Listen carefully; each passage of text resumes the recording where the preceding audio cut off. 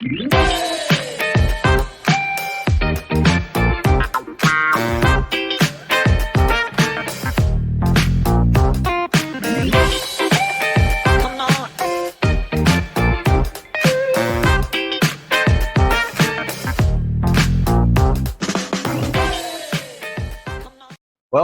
to Do It Live Autonomy Podcast, and we are in post-season 2 at this point. We're kind of coasting along, waiting until season 3 starts up, but we decided to keep the show going today, even though our host, Joshua Hale, is on the road attending to some family members that are on the recovery.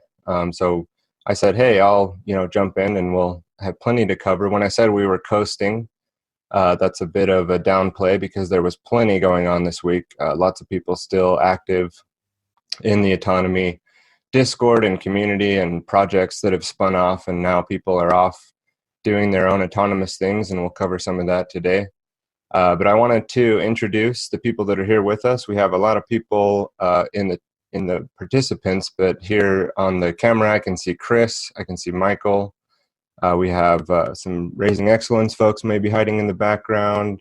There might be some Adam James popping in here in a minute.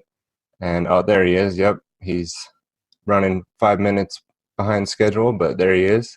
And I know he said he didn't have a full time to dedicate today, but thanks for showing up. So let's just go around the room. Everybody, if you have anything this past week that you wanted to drop, let us know who you are. And Chris, you're to my right on the screen, so if you're ready, we'll go with you. Hey, everybody. How's it going? Saturday morning, doing it live. So yeah, what was it? The final lecture was last week, but yeah, still a lot going on in autonomy. News from my end is I had my interview out with John McAfee, and that went well. I was able to release it. We did the interview Tuesday morning, and then I was caught up with things. I really wanted to get it out as soon as I could, so I managed to get all the editing done and get it published. I believe it was early Wednesday morning, if I recall correctly. I didn't make a premiere or a big deal about it. I just got it out there, and it was a learning lesson. It was interesting. He's an interesting guy.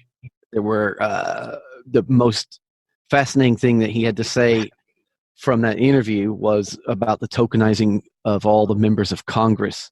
He's going to try to put every member of Congress onto his market, put a cryptocurrency and value them all at a penny. So he explained that. And what else did I do this week? I think that's the only thing that I got done in autonomy this week myself. I'm not sure. Didn't you have another interview on the books that's in queue? Yeah, well, I had a great chat with Benny Wills, and I'm looking forward to editing that because he has done so much work and great poetry. I wanted to space it out, but I had a great chat with Benny, and we talked a lot about what's going on with him. Maybe tomorrow I'll get that out. So yeah. And Benny is going to be with season 3. He and his wife are going to be joining season 3 Autonomy. You probably see them here in Discord, and he's done a lot of work. He's a very, very familiar name for a lot of people in the freedom-minded community. He's been going a long time with Joy Camp. So, and last night was fun. Last night was an informal hangout, got the guitar out, got the poetry going. Everybody was just hanging out. I got a bit silly. It's fun to get silly every once in a while, Remember the acronym KISS that we've talked about? Keep it simple, stupid, Yeah, KISS. Keep it simple, stupid. So we kept it simple and kept it real last night. That was good fun. And from my end, as far as what's been going on in Discord, that's pretty much it. I've got my pending interview with Benny to release. I had my interview with McAfee. I was busy this week, in and out, in real life real life. Autonomy is real life, but you know what I mean. Just so I wasn't able to participate in as much as I would like. I was able to chime in Tuesday night, not chime in, but listen in on Brett's conversation with the group. So that went very well. Tyler, you were involved in all that quite a bit. Yeah, we have some clips to share from that coming up, as well as your McAfee interview.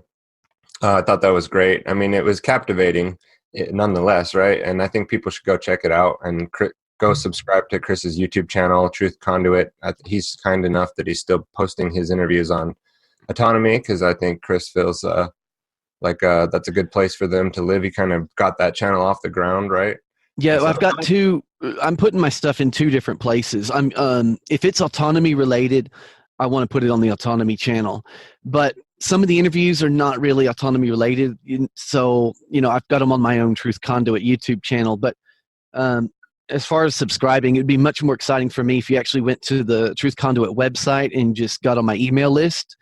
At the moment, you just get, as soon as an episode's released, you'll get a nice email saying, "Hey, look what this is all about." The opening scene, I feel like McAfee, he was he's a bit difficult to understand in some places. The opening scene where he's sitting there going click, click, click, click. It's actually very interesting, because what he's actually doing in that scene, in that moment, I cut that as an introduction, and then of course that was part of the interview, is he's reenacting the trick that he played on the journalist down, because there was a journalist for Wired magazine that followed him around for a few days down in Belize, and the journalist was blown away by everything he saw. And McAfee played a very cruel trick on him, because one thing he said is if he senses any gullibility, he's a real prankster. He will expand on that. And he said he's a bit of a magician on the side. So he literally did a little sleight of hand with this gun, and he made that journalist think that he was actually playing roulette. And he was just reenacting the moment the journalist really just jumped up and was absolutely freaking out. Of course, McAfee wasn't actually doing roulette, because he had secretly done released all the bullets in the revolver. And that's what he was talking about in that opening scene. He was kind of reenacting from his point of view that moment. But that guy went back and wrote an article about Wired magazine. It created a lot of sensation, so much that they're making a Hollywood movie about those few weeks down in Belize. And McAfee was saying, yeah, he has no control over what they're doing. I was surprised to learn that. He says, you're a public figure, it's open season on you. But if they do portray him in ways that he doesn't like, he can sue them.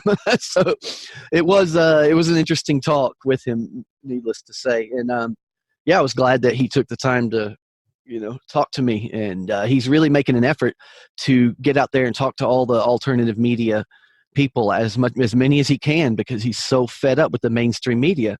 And he went on a lot about that. It's true. You watch any mainstream media interview, they don't let people talk, especially if that person is veering towards something of a narrative that they don't like to hear.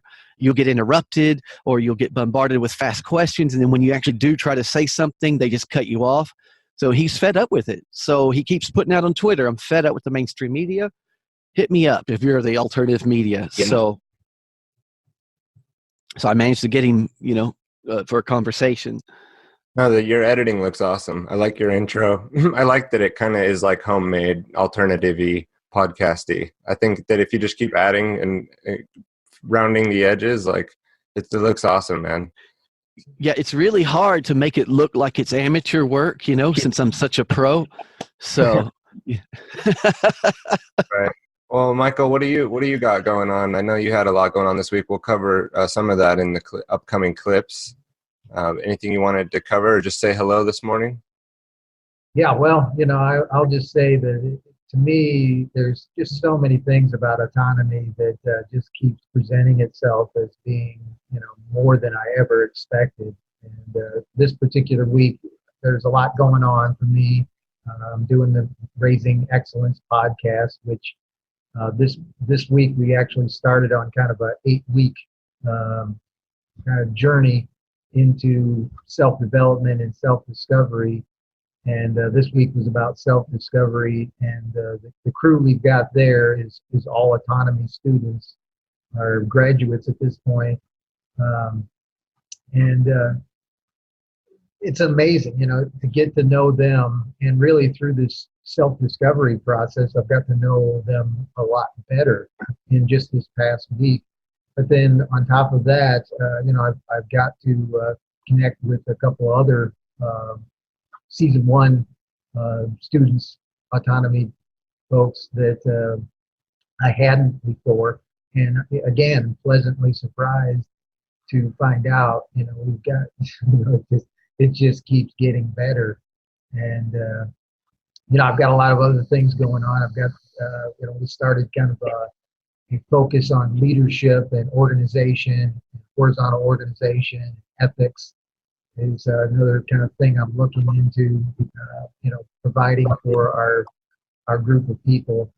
And, being that season 2 is finally over, and all the things that are kind of closing out that season, there's a bunch of new stuff there. I mean, one of the things that I got to participate a little bit in was the out interview with you and Daniel that I thought was really fun and interesting to get to talk to both of you. And there's just so much here. I mean, I don't even know how to describe all the things and experiences that I've had with autonomy, but I'm truly feeling grateful for all the things, because man, I'm on a learning I'm on a learning journey here in autonomy that's just it's just like through the roof as far as my where I'm at, and my expectations for the future have grown so much in these past few months because I've been exposed to so many great people. It's just really exceptional for me. Yeah, and your participation is inspiring to me. I like to see your I like to see the work that you've been doing, and every time I get a chance to kind of get a look at the deeper philosophy, and like the leadership summit that I joined that we'll talk about. It's not a summit, but the leadership meeting that you held, that you're building that steam as well in that vein. I'm really interested to keep participating in that as you move forward with your different projects. It's an important piece. A little bit of a lag. I'm sorry. Yeah, well, it's an important piece, and I think that's one of the areas that we're lacking in understanding. A lot of people are lacking in understanding is leadership and organization. How do you organize? How do you get things done? And that's kind of what we're focusing on. And then, of course, the ethical component. What does ethics actually do for us? And it's really build trust. And we are absent a lot of trust in the world and in society, and that's one of the reasons that things are going awry, because we don't understand how to work with the people that are good and have great reputations, and how to value them properly versus those that are bad and have bad reputations. And just because they have money, we'll just put that aside. Well, that's not good enough. And that's certainly one of the things that I want to bring to this community. Right on, Michael. And Adam, I want to jump on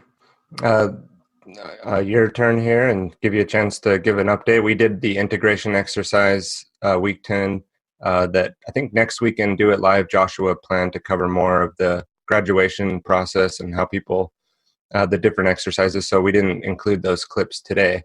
But do you want to give us an update on your experience through autonomy, and then the exercise itself, or anything that you've got cooking post that discussion that you and I had?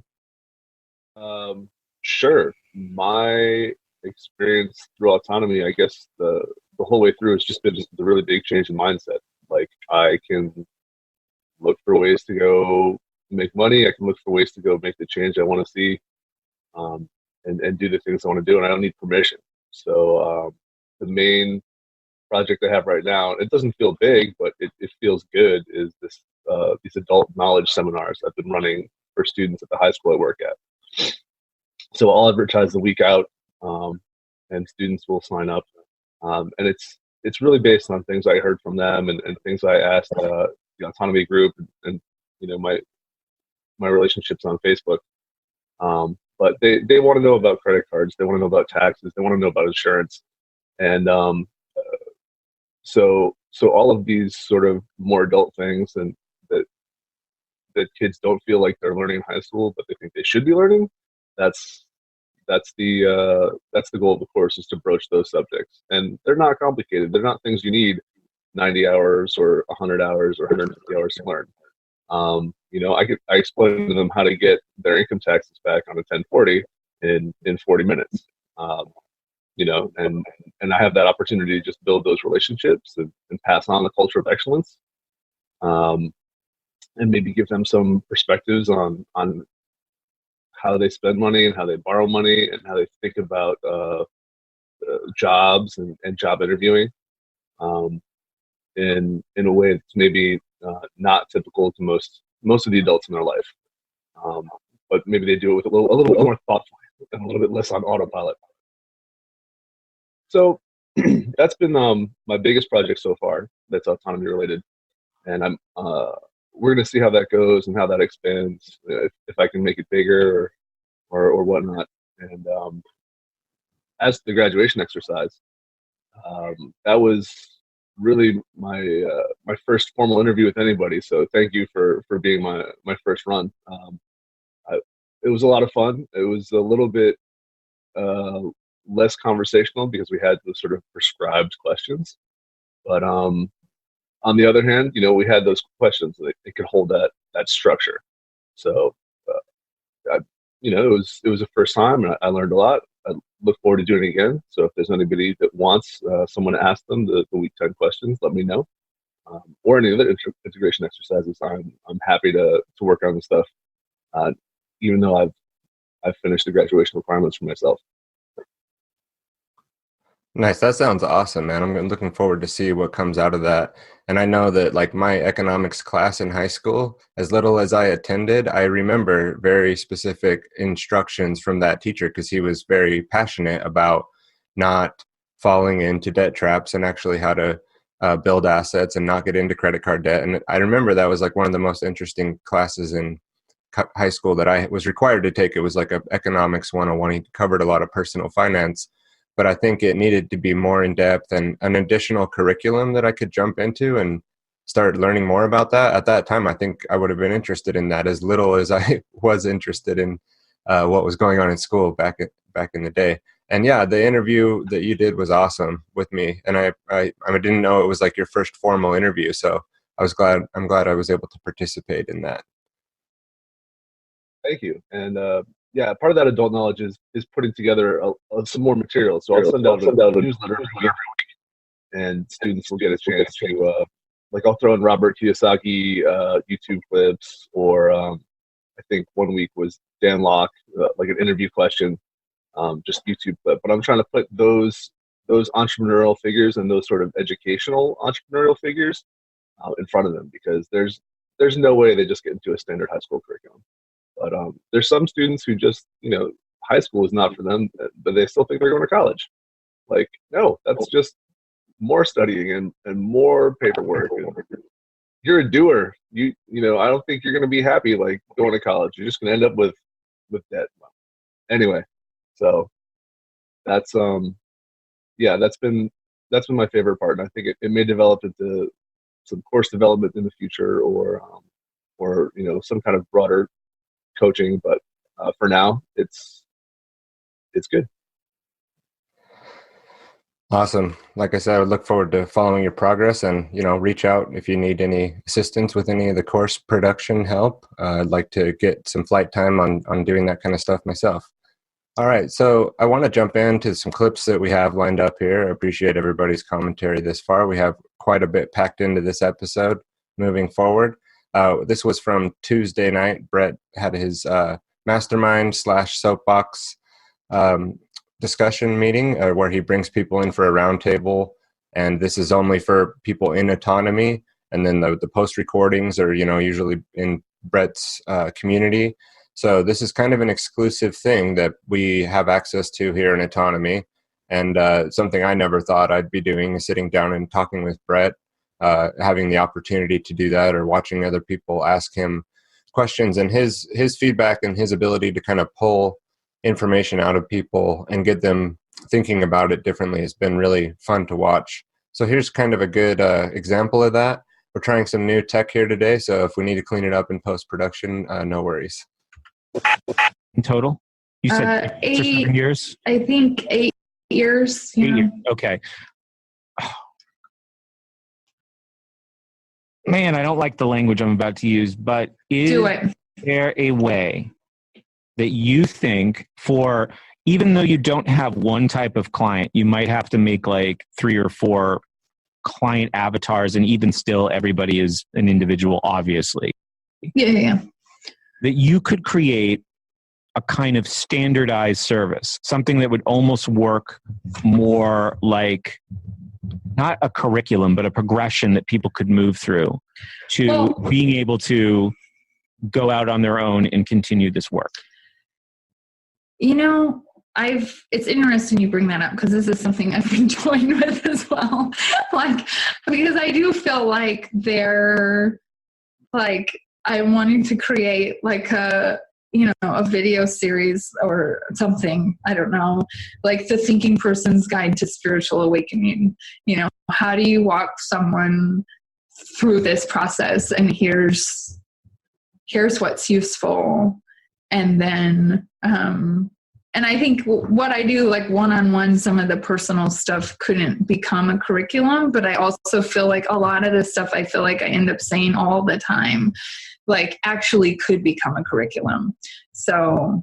Well, yeah. And I have to see the reason why I said I want to use that language is because it's school language. Like, yeah, of course. I said, after we standardize it, we could always make accommodations and modifications for individuals, right? This is language that I know from teaching. Yeah. But if there was basically a framework, a more predictable framework to work with somebody over a course of 12 to 16 weeks, let's say, I'm just picking those numbers arbitrarily, get somebody to commit to that kind of a program, then it clarifies, then you, and this again lightens your mental and emotional load, but also this other person is now pursuing this with an end in mind, with a goal in mind. You're working together towards an end point. So to me, it looks like if there is a way to do this, and obviously there's a lot of blind spots for me here as far as like the nature of your work, but if there is a way to do that, that allows you to develop the consistency and the predictability that you're looking for. With said that, most importantly, I think would allow you to continue doing this if it's something that you feel is a calling. And obligation is a strong word, but if you feel duty is a strong word. What's the right word here? Sometimes it feels that strong though. So I think it's interesting. And then if you pull away from it, like if you really feel like you're doing something unique and special and you have a gift or the ability or whatever the combination of things is for that pursuit, to pull away from it or to need to pull away from it, because I can recognize that, I can identify with that, that can be its own source of stress, right? Yeah, absolutely. So then the question would be, what is the best way to maintain this in a way that's workable with the rest of your life? So, but also if it's a business and, it's a part of your family's income and all that, if it is that, then it would be good if it could continue that and continue as that instead of just kind of offshooting into like a video series that people would ultimately wind up consuming for free. Because then there's also the question of like, you know, like I put out a lot of free stuff. I'm told some of it is helpful, but I think when people commit to investing in something, I mean, that's how it's always been for me. If I commit to investing in my learning, I'm always going to get more out of it. And the same thing was true with therapy, right? Like that was an investment of time, of energy, of money, and the stakes seem higher. So you probably are going to be more effective doing this as a service for clients instead of, you know, something that, like, even if you feel that, again, obligation to put something out there to help people because you have this knowledge and ability, I understand that, but the people who are going to get the most out of it generally, I would say, would be people who are willing to put some skin in the game. Yeah, it's interesting you say that as well, because something I've noticed just doing this work is like when people pay, they listen to the easy parts to hear that are wonderful and affirming, and they listen to the challenging parts. And if people don't pay, they only listen to the good parts and dismiss the other stuff and ultimately end up hurting themselves, because that's what happens when when we don't look at our own darkness. So it's like, well, ultimately it's damaging on both ends. So. All right, a little bit of a longer clip there, but I wanted to get a good sample of what's been occurring in those meetings is like breakthroughs and really great feedback coming from Brett that I've witnessed that I think actually helps people take a new stab at what their endeavors are or get off that hurdle, that platform that they're on, that plateau, and go up the next hill. And I've seen that with Jim Hood. I've seen that with Krista and myself and other people that have come in and participated in that meeting. So anybody thoughts on that clip or thoughts on the meeting overall if you were able to attend? That's not one that I get to participate in, but I am always thrilled. Brett was one of the first guys that really kind of clued me into a lot of different things with this School Sucks podcast. I think I listened to every single one of his shows when he first came out with the podcast, and he's an amazing guy with a lot to offer, and it's so awesome that we've got that kind of access to him. I just wish I could participate, because that's the same night that I've got the Anarchapulco's got a Tuesday night meeting. So I can't get to both, but it's awesome. Yeah, it's hard to always get to everything throughout the week. I know how that goes. I wish I could participate more too sometimes. Nobody else have any comments on that clip? We can move on to our next clip, which actually is Michael and the meeting that he held on, I believe, Wednesday. Correct me if I'm wrong on that. The leadership, entrepreneur, several other taglines that maybe you'll have to fill in. Did you want to preface this video clip, Michael? Did you want to talk a little bit about it before I share it, or do you want to just play it and we'll talk after? Yeah, well, I think my intention is to introduce another thing that I think can help a lot of people, because there's a lot of different pitfalls out there that people fall into when they're becoming an entrepreneur, when they're trying to create a project for themselves, and when you're doing it, when you're moving from like being somebody that works for other people to being someone that's an entrepreneur, there's a lot of ways that you can fall into the traps and troubles that come along as being an independent businessman or a entrepreneur. And certainly one of those things is working with other people. There's a lot of different things that we fall victim to, and certainly in the environment that we're in, trust is low. There's a lot of potential conflict out there. There's a lot of different things that can go wrong. A lot of people don't understand how to make a commitment and then be accountable for those things. And so these are all things that are related to how to be a good leader, how to be a good servant leader, how to organize things and work together and be a good peer when it comes to working with other people, how to create a win-win relationship.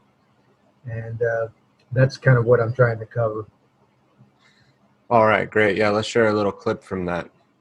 I mean, like you're saying, like a leader doesn't always even have to be there, right? Like they can be a leader in thought, kind of like a Derek Burrows. Like he started that Freedom Cell project. I don't think it's huge on his radar still. He talks about it from time to time, but there's that whole thing now. There's stuff spun off within that Freedom Cell network that he's not in charge of. He's not trying to operate and organize it, right? But he was the thought leader that got that idea going. So I'm not sure if that's what you mean by leadership as well in a more horizontal format. Well, I think it kind of comes down to expertise and stuff, and that's where like a leadership, a person that is a leader or has the leader attributes might lend those attributes to somebody that has expertise and be able to kind of guide them to lead other people towards the objectives that they want.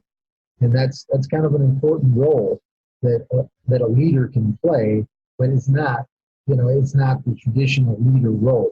It's not the top of the pyramid kind of ideal. It's actually kind of providing a service for other people because they're trying to do something, and that's really something that I think a lot of people lose focus on. But I think it is a really important piece to the puzzle of getting things done, is that understanding of the role of leadership and having the expertise to make that happen within an organization, within a group of people that that understands that that's an important part of making. Sorry, I cut that off at a strange sentence point there. But another word that comes to mind for me is like mentorship, and being like a mentee and having a mentor. Like if you look at Dan Locke's work, he claims that that's the number one thing that people should do if they want to be successful, is get a mentor rather than just always like on your own trying to battle the battles, by yourself. Having someone ahead of you that's already done those things, it's not like a leader, like you're just following in their exact footsteps, right? And they're telling you every little thing to do. And you can clarify, Michael, but that's how I look at what you're trying to say there. Is not, there's nothing wrong with following someone who has more experience and can guide you and give you that positive feedback or negative feedback to be able to help you along through the pitfalls that you could potentially avoid if you have someone that's been there before. Now, first of all, I got to say, I got to ask forgiveness for everybody because I really don't do a very good job of communicating and really making my points very clear. And unfortunately, I think that's kind of something that came out in that particular one. Yeah, exactly what you're saying.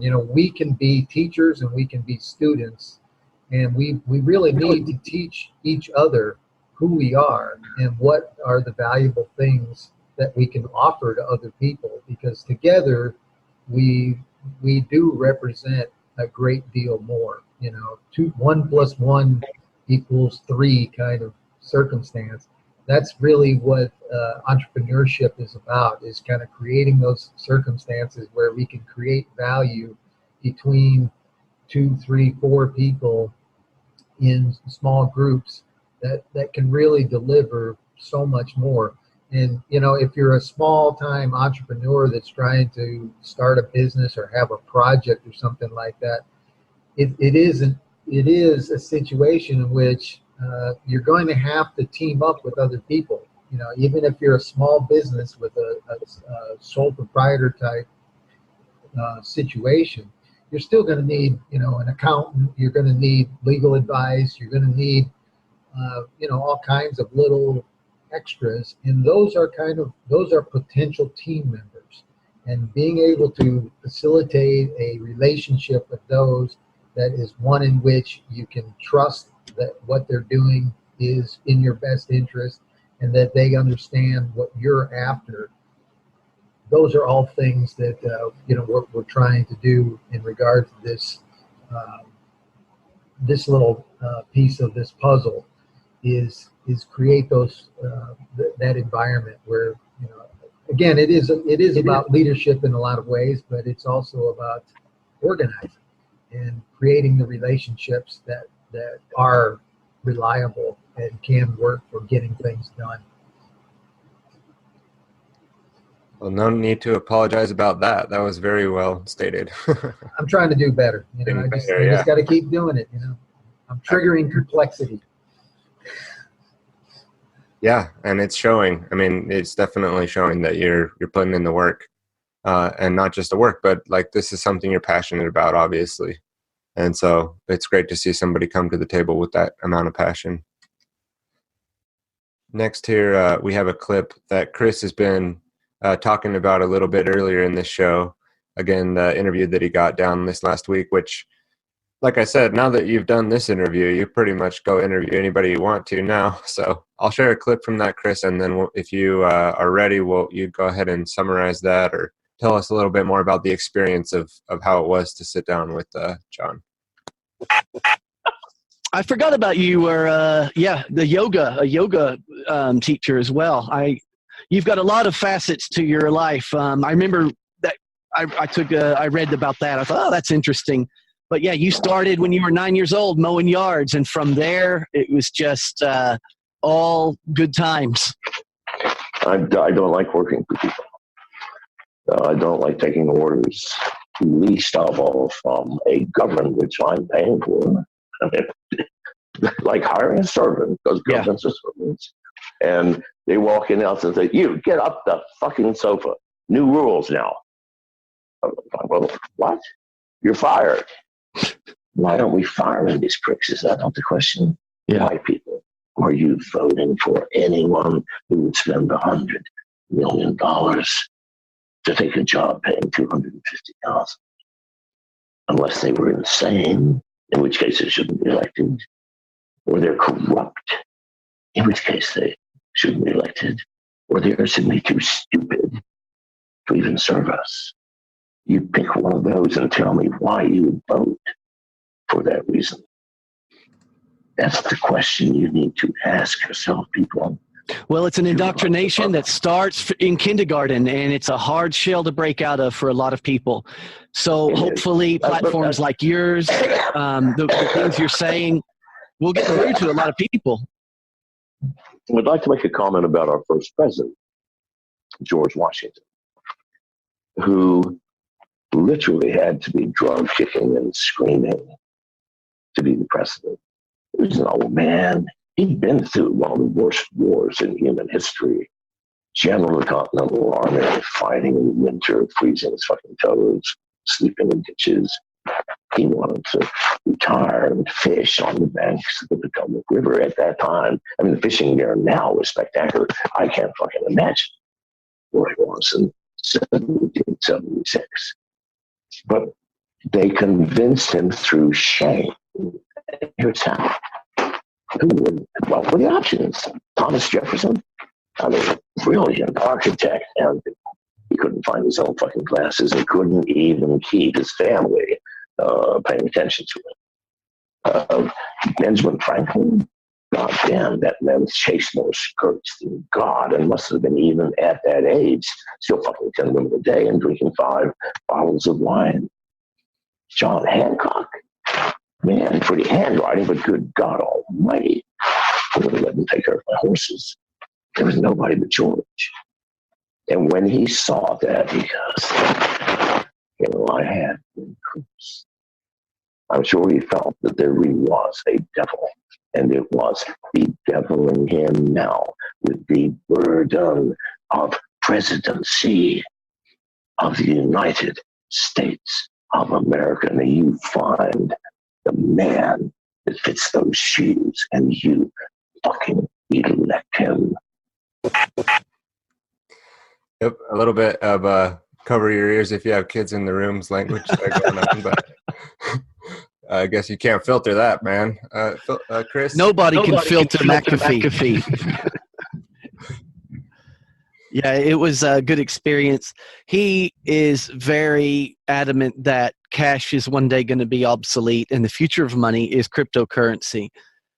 That that's bad. We don't want that to happen, but that's what he thinks is going to happen. Now, he didn't talk about that particular thing I just said in my conversation with him, but it's all about the learning process. So in leading up to my talk with him, I did a lot of research. I listened to a lot of his interviews, particularly recent ones, and there's a lot to learn there. A lot of interesting thoughts, but his objective right now, he's reaching out to the mainstream media. He's fed up with the mainstream media. He's reaching out to the alternative media for just what he said in the beginning of my chat with him is so he can say whatever he wants, get the word out that basically governments are evil. And you're not, I wouldn't say evil, but they're the opposite. You know, they're not freedom at all. And he's trying to make people understand that, as he calls presidents in Congress, he calls them transients. And that's according to the CIA. He says that the CIA, they look at Congress, the people in Congress and presidents, they're just transients. They work on a need-to-know basis, nothing more. And well, he was talking about the Iraq War.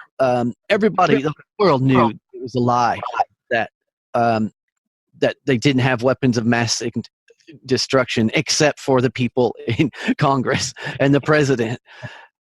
He said that's how it works. You know, they control them like puppets to get done what they need to get done.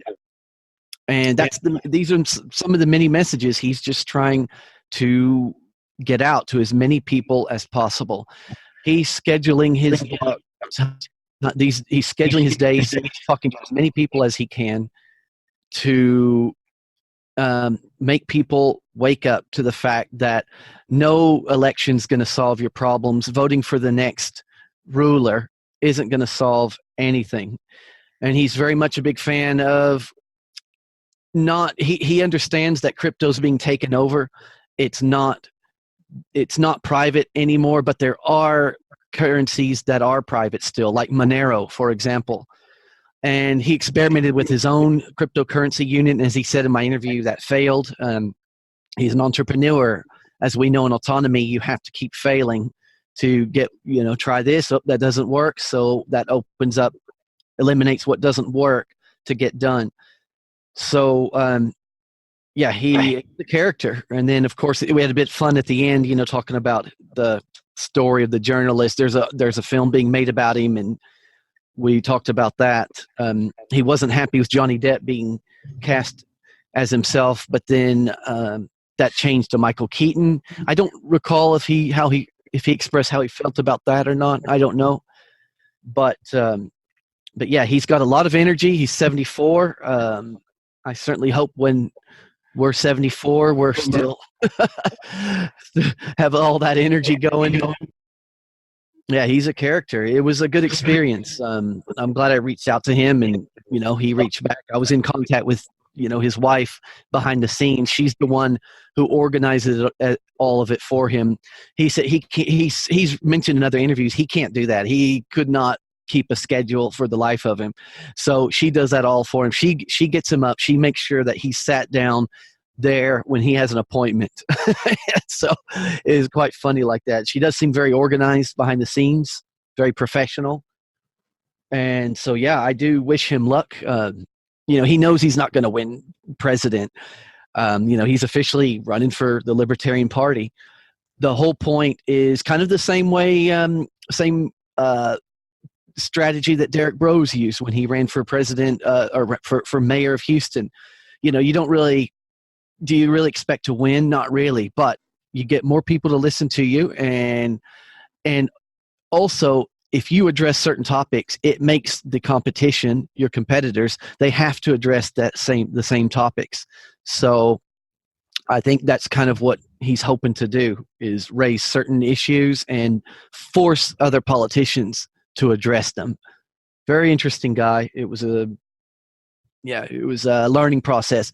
And check out the links. Like I said, all my conversations that I have, the most important part of the interview are the links to, if people are interested in this particular person or the topics they cover. I would like to think it's an easy gateway for people to just jump right in and start doing their own research. And I hope, I try to do the initial work for anyone interested in the topics surrounding every episode that I do. Particularly, it took me forever to get my links down for Kevin Cole's interview. He's a hardcore hard-hitting forensic historian. So that's why that took a while to get out, but it's a learning process. So much to learn with every conversation that I have.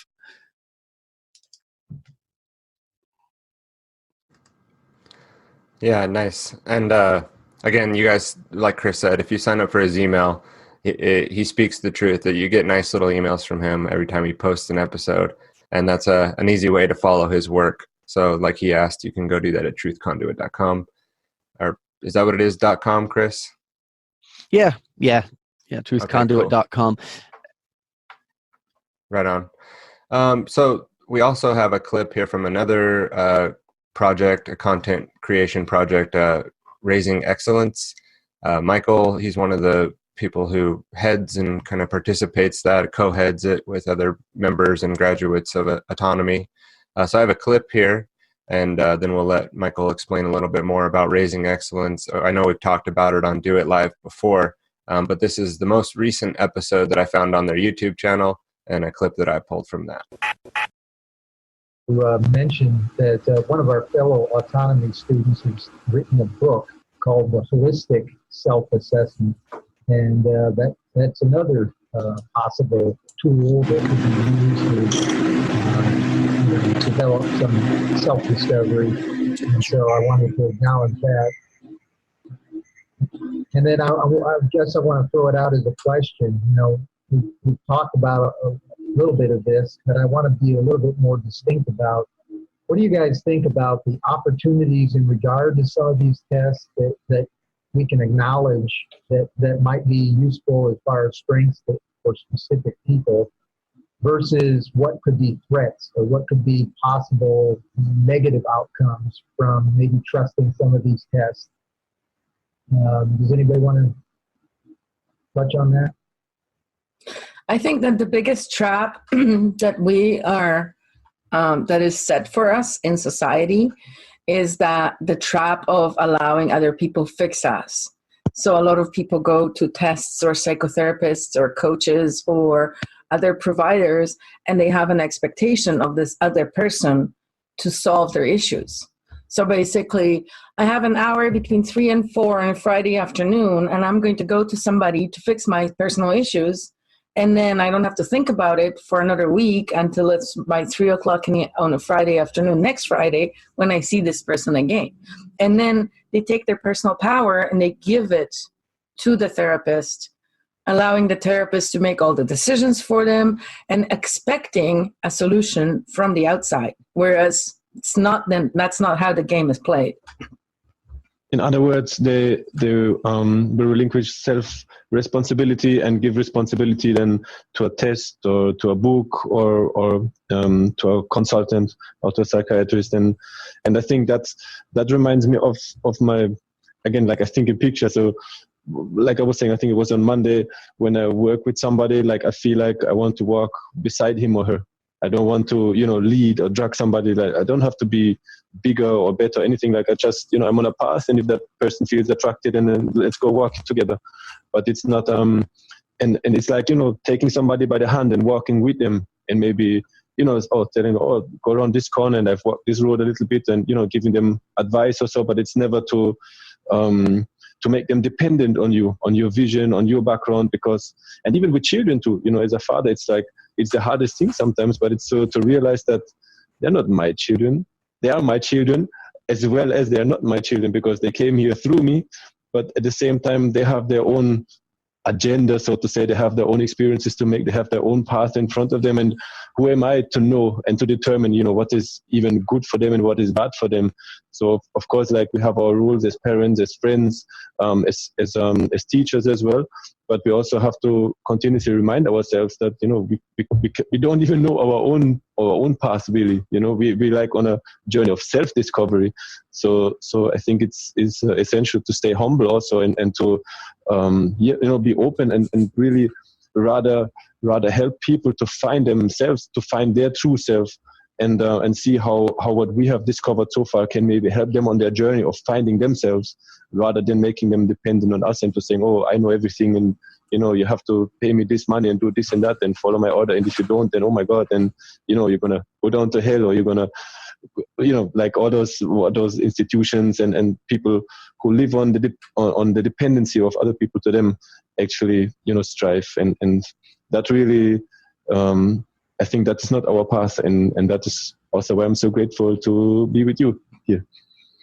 It's funny because a very obvious example of that kind of tendency in people is when they have a physical ailment. Like say somebody pulls a muscle and has a back problem or something. They go to the massage therapist and they expect the massage therapist to fix their back. But when you pull a muscle or have a back problem, there are things that you should be doing daily, maybe a few times a day, stretching, laying down, not sitting at the computer as much, taking steps to actually fix your back issue. But a lot of people just show up on a Friday afternoon at 3 p.m. and say, yeah, my back's been hurting all week. Do something about it. I got an hour, and they want the therapist in 1 hour to fix whatever they messed up in a month or, 2 weeks or whatever. So cool that Dennis Eichart joins you guys for that. I think he's an awesome guy. I think that his input in that, and everyone in Raising Excellence's input is awesome. And I've been watching the shows and trying to keep up with the frequency, a high frequency of episodes, which I think is also a tremendous summit to reach, just to be able to perform the show and get to the point where you guys are refining the edges. So Michael, tell us a little bit about how that production has been going and how you guys work together as a team, just like you're talking about. How is that working out in this format? Yeah, well, I'm hoping Agnieszka will jump in as well and talk a little bit, but because I hate to, bogart the so many things here today. But it is one in which reflects kind of what we're trying to do with autonomy and what's possible with autonomy, because the group of people that we've got are amazing group of people that have a huge amount of knowledge and expertise that can really kind of certainly help our fellow students and graduates deal with a lot of the different things and pressures and stresses of life that come about. But it's a great reflection, and that particular clip I think is a perfect example of really an education style in which we're trying to elevate people to find the things that are valuable in themselves and utilize those to leverage themselves into a life that they really want to live, and that's kind of what Raising Excellence is about, is establishing that culture of excellence for every person in their own way, and so we're doing it ourselves. We're getting out in front of everybody else and essentially doing what we're suggesting other people do, and allowing people to see how that works and how it works as we interact with each other. So I think it's a really kind of interesting project that we're doing, and I don't know if Agnieszka wants to get on and say a few words, but I would encourage her to do so if she's willing. I think you're doing perfectly fine on your own. You don't need me. I just wanted to address the 3 times a week thing. When we were thinking about doing it, I mean, everybody does the once a week podcasts and stuff, but we really wanted to, especially because it was Christmas time when we started, we really wanted to be there as a support, like an emotional support, psychological support, whatever support you need to our listeners throughout the season. And I think 3 times a week really makes, that's what really differentiates us from many other supportive podcasts. We're not there once in a while. We're there 3 times a week, every week, providing tools and solutions that could assist potentially everybody. I was able to catch one of your live episodes this week, so that was fun, to be able to interact with you guys in the chat forum. I'll try when I can, Seems like I'm always an hour or two late, but I think you guys really had a good flow of conversation when you get on there and you cover interesting topics. And you cover a lot. I particularly remember, you're getting over, around the Christmas time, how to deal with the holiday blues. You had some good topics going on. No, it's good to see you guys getting together, 3 times a week. And because there's a set group of, because it's hard to maintain that kind of schedule, especially when you're in the USA, Germany, and Australia. So, and you've got that flexibility. If someone can't make it, it's no problem. And but I'm looking forward to seeing what else you guys come up with. Yeah, that's the whole point. We want to make a difference, right? So the 6 of us were separately trying to make a difference for the world, and we were scratching our own little, potato on different parts in the different parts of the world. And when we got together, we are now like our strengths are combined, and we can produce a supportive talk show 3 times a week and actually be there. And also, if you can't catch us live, that's totally cool. You can always leave us a message through various means on YouTube, on Facebook, or whatever, and ask us questions that you have, and we'll address them on the next episode. So we're definitely open to questions between episodes as well. And also, starting this weekend, we're going to be doing face readings every week for a few weeks until I run out of subjects. Okay, I got to ask, what is that? A face reading is something I studied in psychosomatic therapy, and it's basically an analysis of the muscle structure of your face and so that muscle structure reflects basically your thoughts and your tendencies in life. So when I do a face reading for you, I will interpret how your face looks and how that reflects on what you're thinking, or maybe some thought processes that you might be. Can you give us an example? With? Well, you'll have to wait till later on this afternoon when I'm doing my a face with Dennis around this early this afternoon between 3 and 5 p.m. I think Eastern. So you guys can tune in to Raising Excellent Live for Dennis's face reading. And Agnieszka, hi. Pam, hola, Pam, mi amiga de siempre. Cristóbal, mi amigo de siempre. ¿Qué pasó, mis amigos? So Dennis is going to do the face readings? No, I'm going to do the face reading for Dennis. Okay, cool. Well, I just knew that Chris was going to jump in there and start doing some hilarious jokes, so I thought it was cute how he started massaging his face, because that's so true to type. But boy, oh boy, when he gets on, Agnieszka, I'm going to make sure to watch that show. He hasn't signed up yet, Pam. I only have 3 subjects lined up. This weekend is Dennis. Next weekend is Joshua Colgarth. And I think it was Cameron for the week after. And if somebody wants to sign up for another week for a face reading, I'll probably be doing them, every Saturday. Where do we sign up? There was a request in announcements, I think. But you can just text me. I'll fit you in. From doing the face readings, what are people going to learn? What do you figure out? See, now I'd be giving away everything if I told you right now, and then you wouldn't have any reason to tune in this afternoon. You can just whisper it to me, Agnieszka. Nobody will hear. Come on. Isn't that what the Chinese are doing? Facial recognition software? Is that what it's all about? Oh, okay. It's what the Chinese were doing 2,000 years ago. And it's not about facial recognition.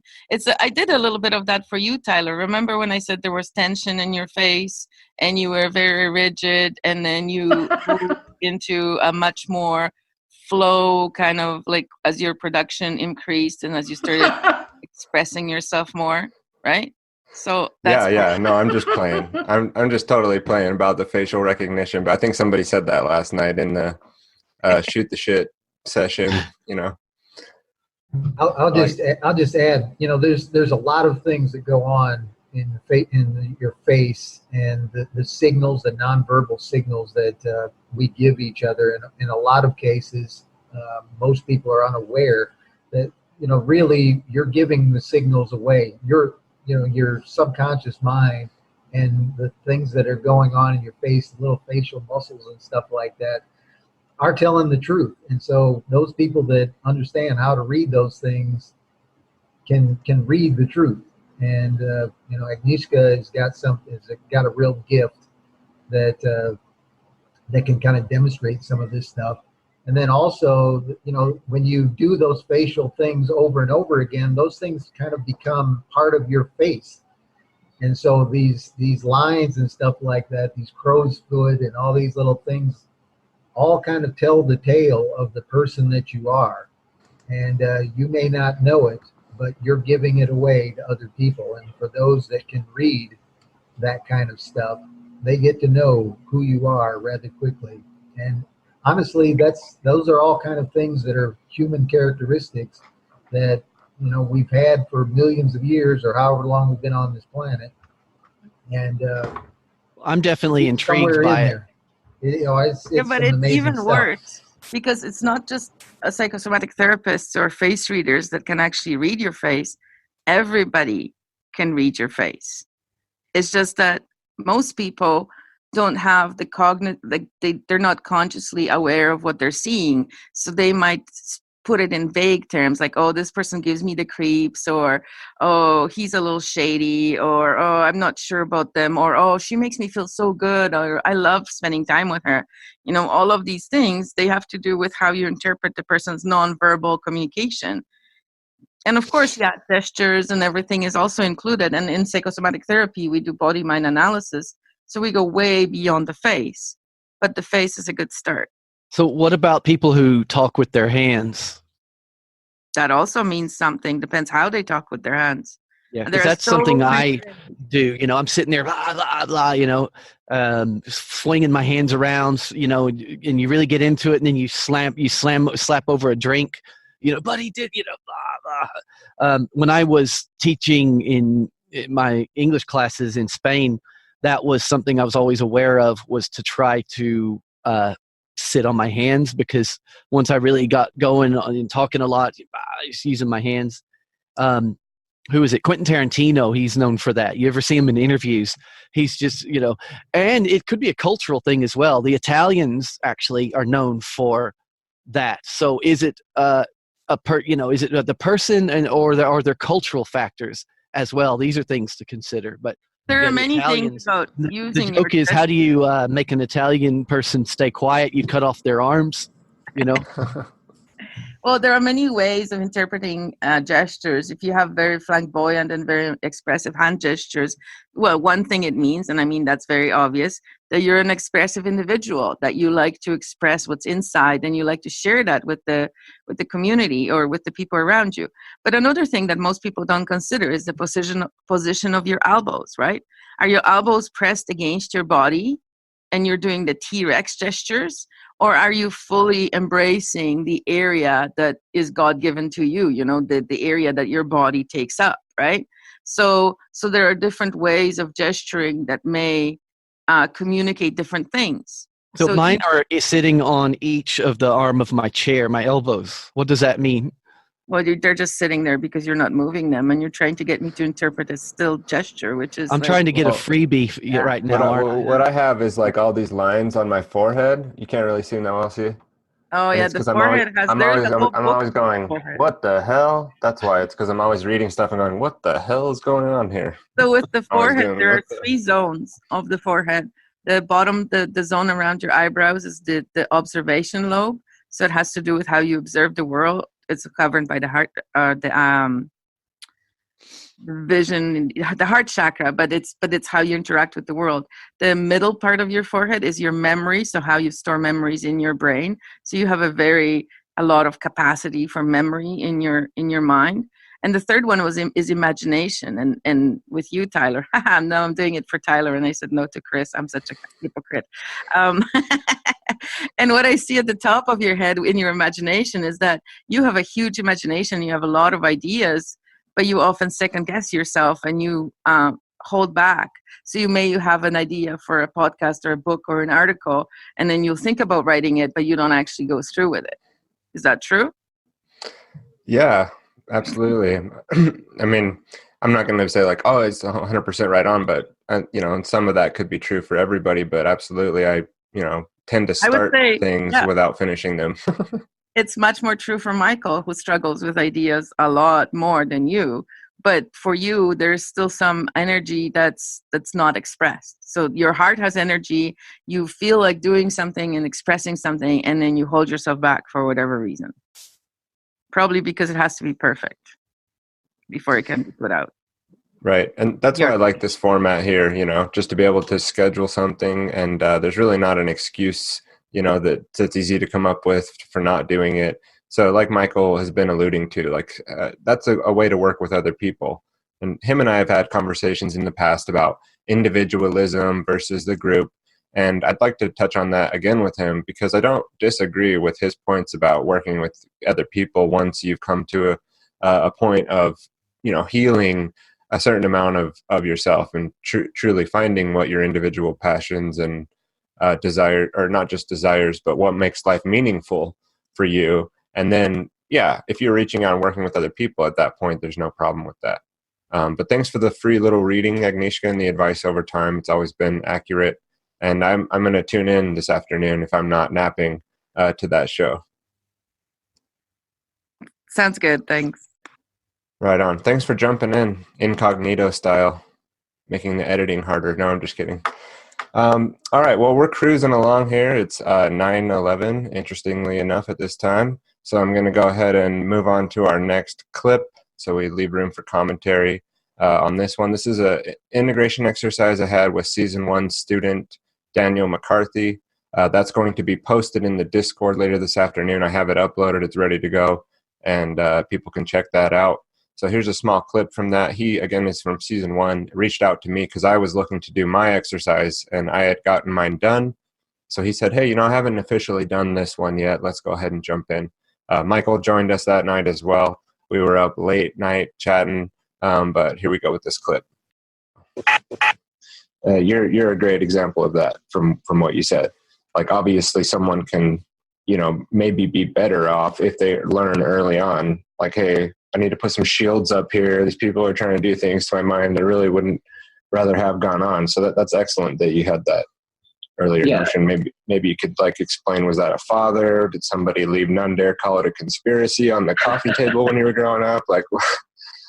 Is there someone in your life that influenced you to be a little bit more shieldy, or was that just sort of an intuition with the whole thing?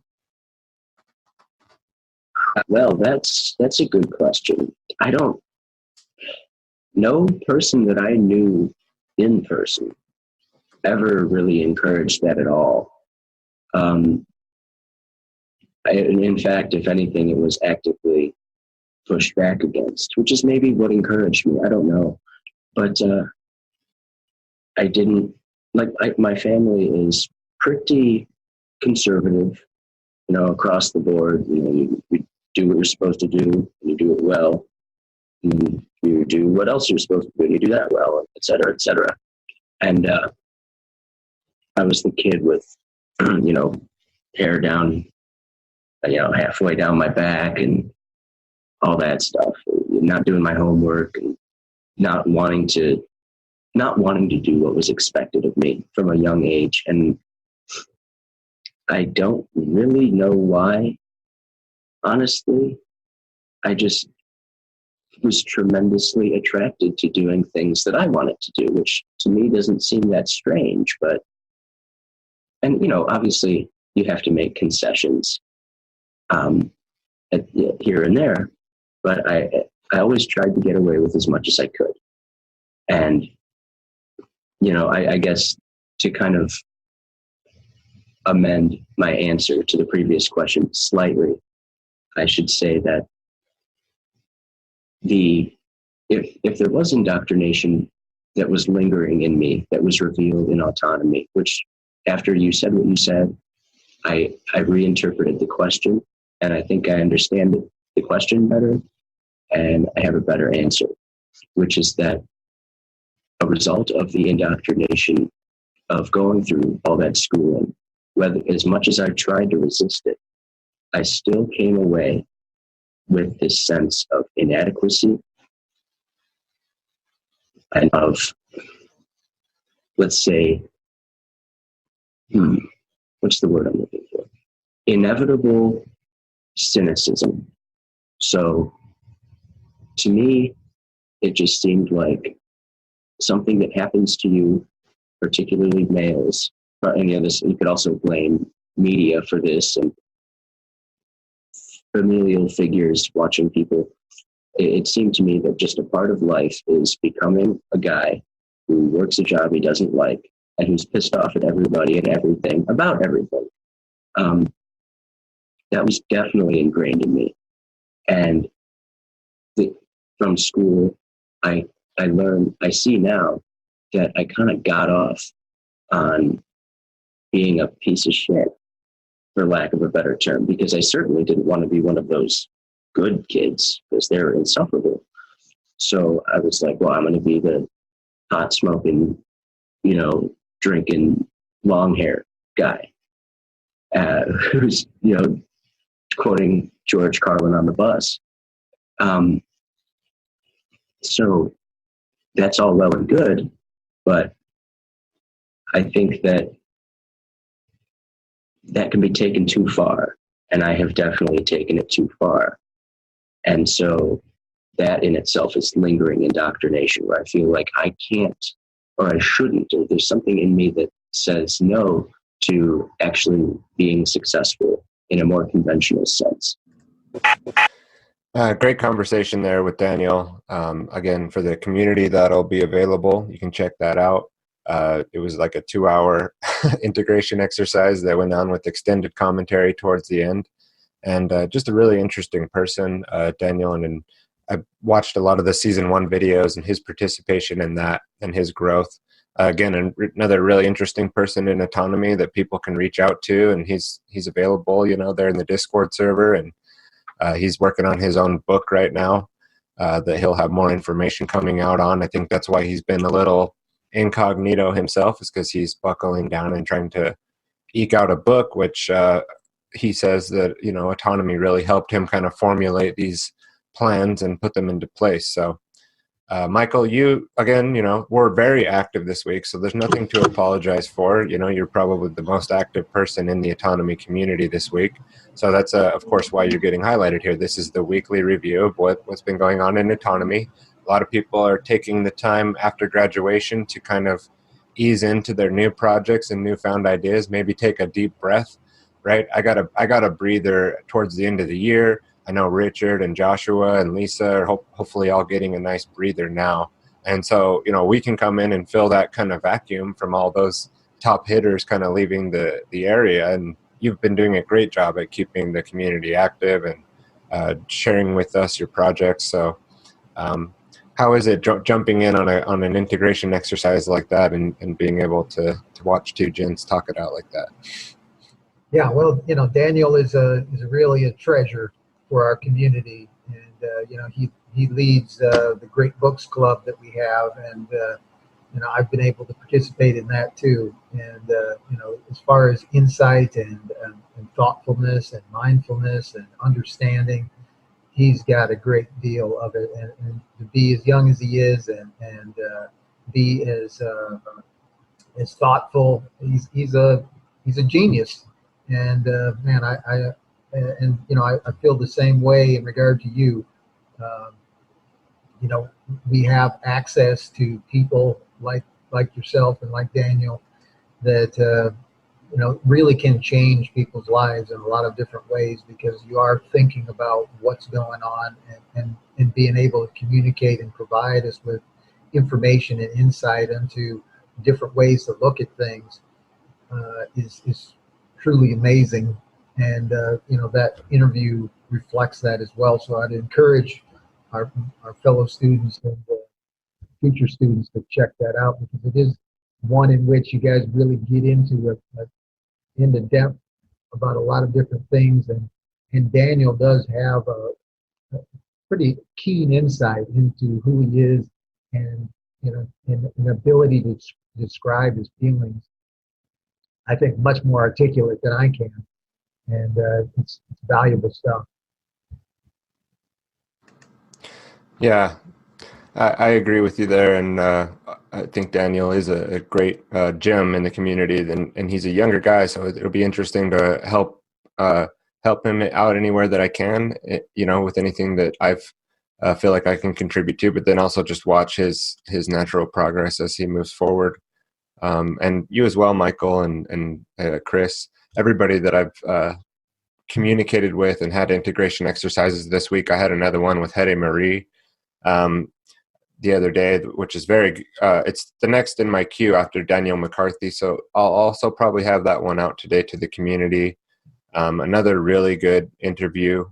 If anyone knows kind of her backstory recently, there's a lot there that she has on her plate to deal with.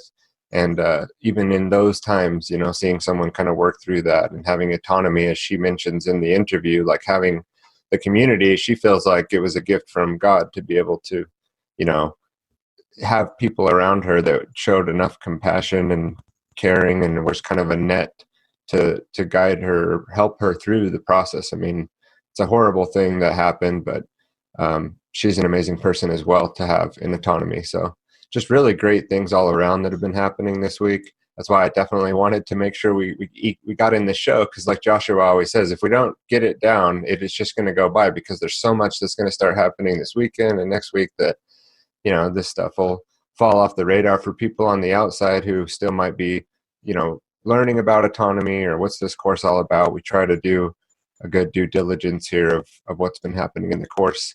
Last night, we kind of mentioned it. It was Shoot the Shit Fridays, because everybody at this point, I think, has had enough of the overwhelm at this point, right? And it's a 12-week course in 15 weeks or something like that, right? However Richard puts it. So it was cool to see people just hang out. And I think everybody that was there last night really just wanted that. Like, we've been wanting to just hang out with each other. We've been doing so much hard work. Once in a while, you want to go out, have a beer, and just shoot the shit. And that's exactly what happened last night. There was a point where there was a drummer, 2 guitarists, and someone rapping all at the same time. And it somehow magically came together into some pretty cool sounding stuff. And Chris, also did some singing as well as rapping. And you would think, well, that would sound horrible across the Zoom call. But like I said, there was some little magical moments that came through in that. And it totally shifted my usual Friday night organizing. I mean, I was getting ready for this show. Usually Friday nights were very, tuned into the lecture.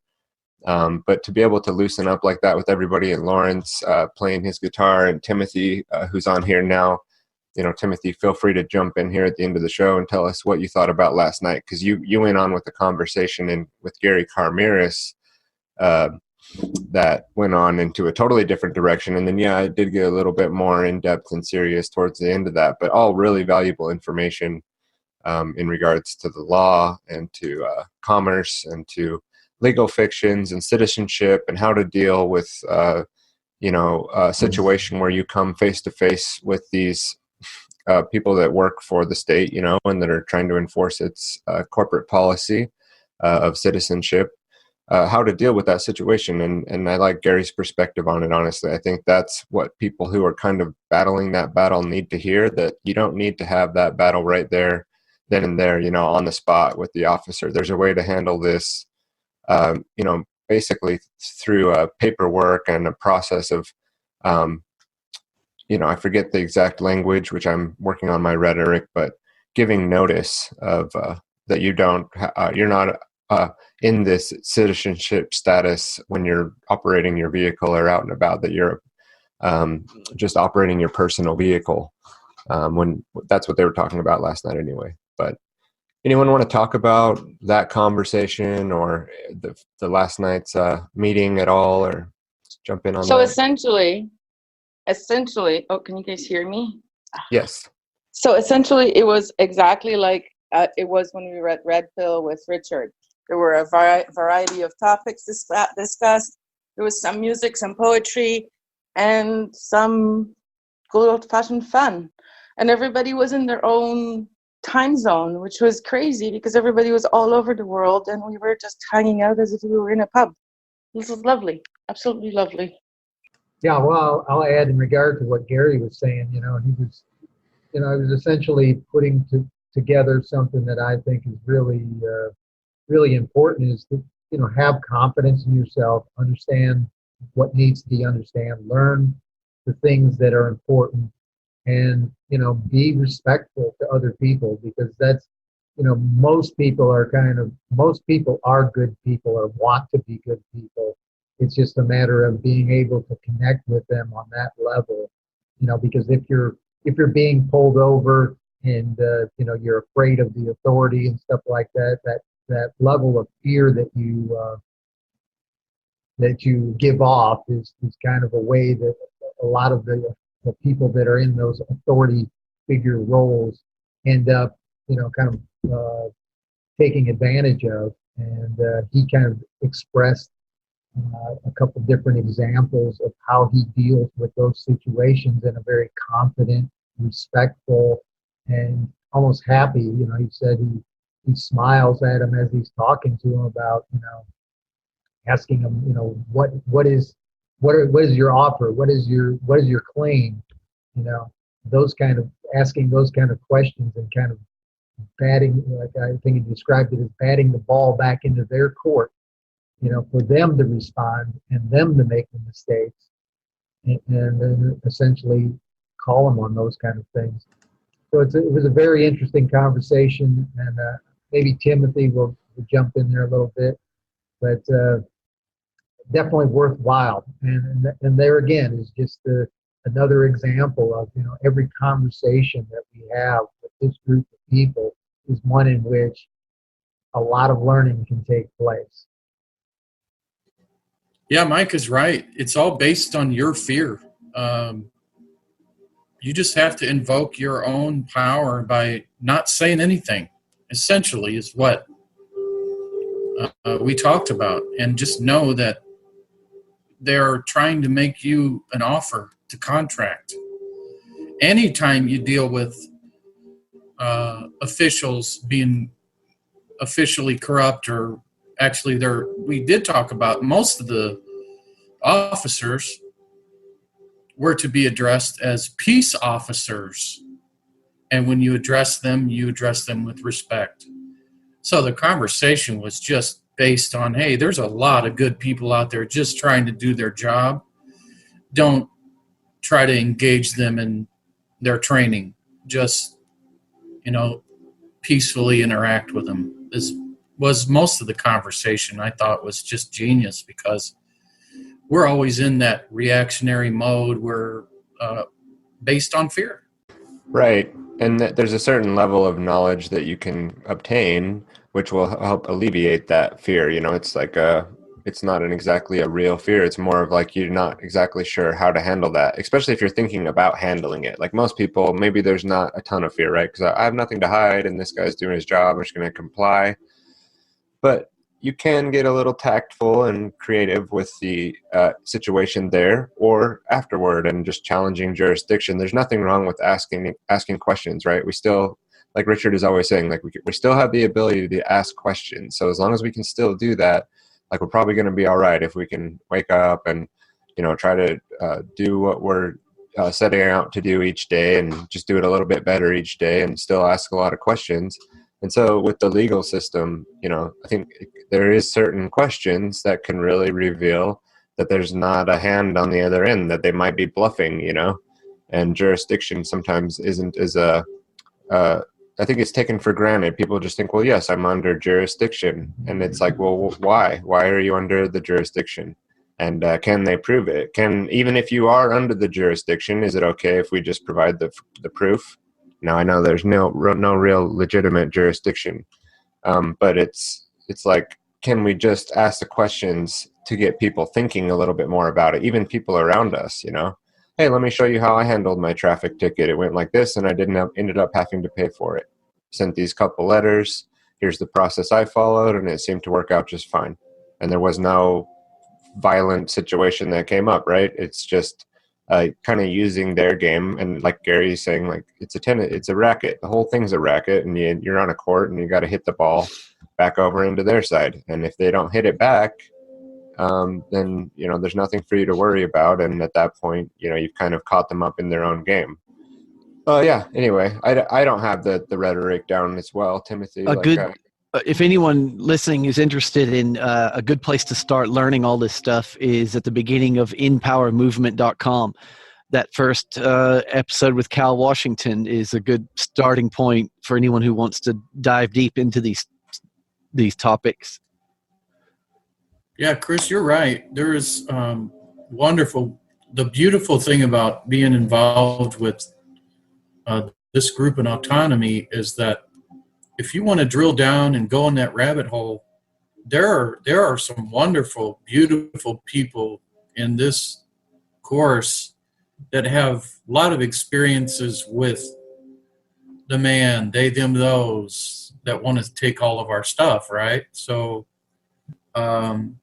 any problems that you have or questions, maybe you got a situation or maybe you want to learn freedom. Maybe you want to know about issues that scare you. And maybe you want to go do stuff that scares you. Like, say, for instance, somebody comes to your door with a summons. What do you do? What do you say? How do you act? What's going to keep you out of jail? Stuff like that. What's going to keep you out of court? That's an even better question because you don't want to go to court.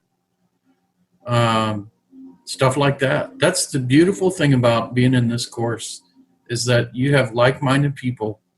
You have a go-to. And I think over the holidays, we had that Raising Excellence. And the first time I saw it, I was like, wow, this is what all families need to look at to have such gratitude for the holidays rather than rushing around buying presents and missing the whole point of Christmas, you know. So a lot of support, a lot of wonderful, beautiful people in this course that can really help out with some of life's major challenges, you know?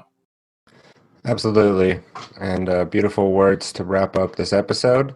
We are currently out of time. However, I'll give a space for anybody that wants to chime in here.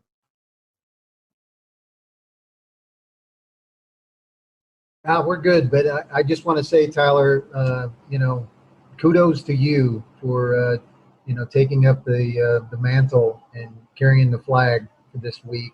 The fact that you made the decision to carry this out, I think was a good one. And, we need to be consistent about delivering the message, certainly to the greater community and the people that potentially can benefit from becoming a member of autonomy.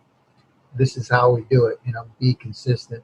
Yeah, I'll second and third that, Tyler. You've been doing a great job. You've been really adding a lot of value to autonomy. And it seems like this last week you've really even doubled your efforts doing all these interviews, integration exercises. Do we know when season 3 is going to kick off? I'm not aware. I've heard 6 to 8 weeks, but I don't want to say that that's official. So it's probably something like that, I would imagine.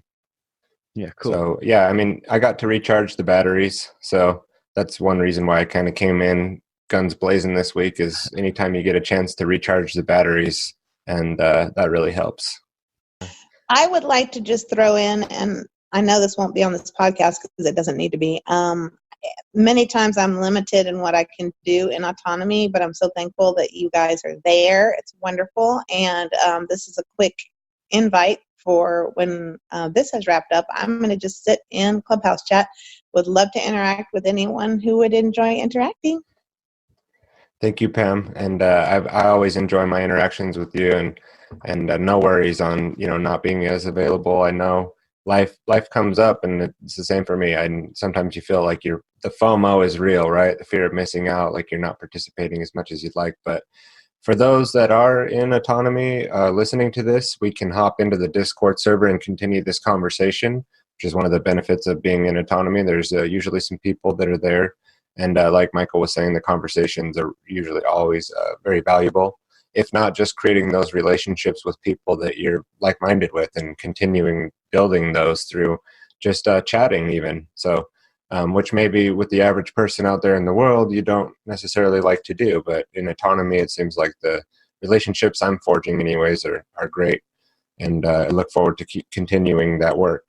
And you can catch Do It Live on BitChute, on the Autonomy Students and Grads YouTube channel, and right here in the actual autonomy class for those people in autonomy. and we appreciate everyone who participated this week.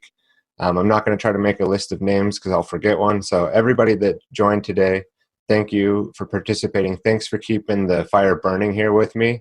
At 10 minutes till, I was hanging out by myself, and I did have that small doubt of like, oh, was this a good idea? And I knew that it would come through, though. I knew that the people would participate that usually do, and then we had some additional people chime in. So I'm not, I couldn't have asked for a better show to co-host or to jump in as host for Joshua while he's out. So we'll see how this goes moving forward. I don't know how season 3 is going to go with Do It Live, if we're going to reformat, rename, or if it's going to continue on. If it'll take a small break, don't be surprised if it does during the off season. But we'll be back next season, definitely giving more highlights and insight onto what's happening in autonomy. To everyone who tuned in, thank you, and have a wonderful day.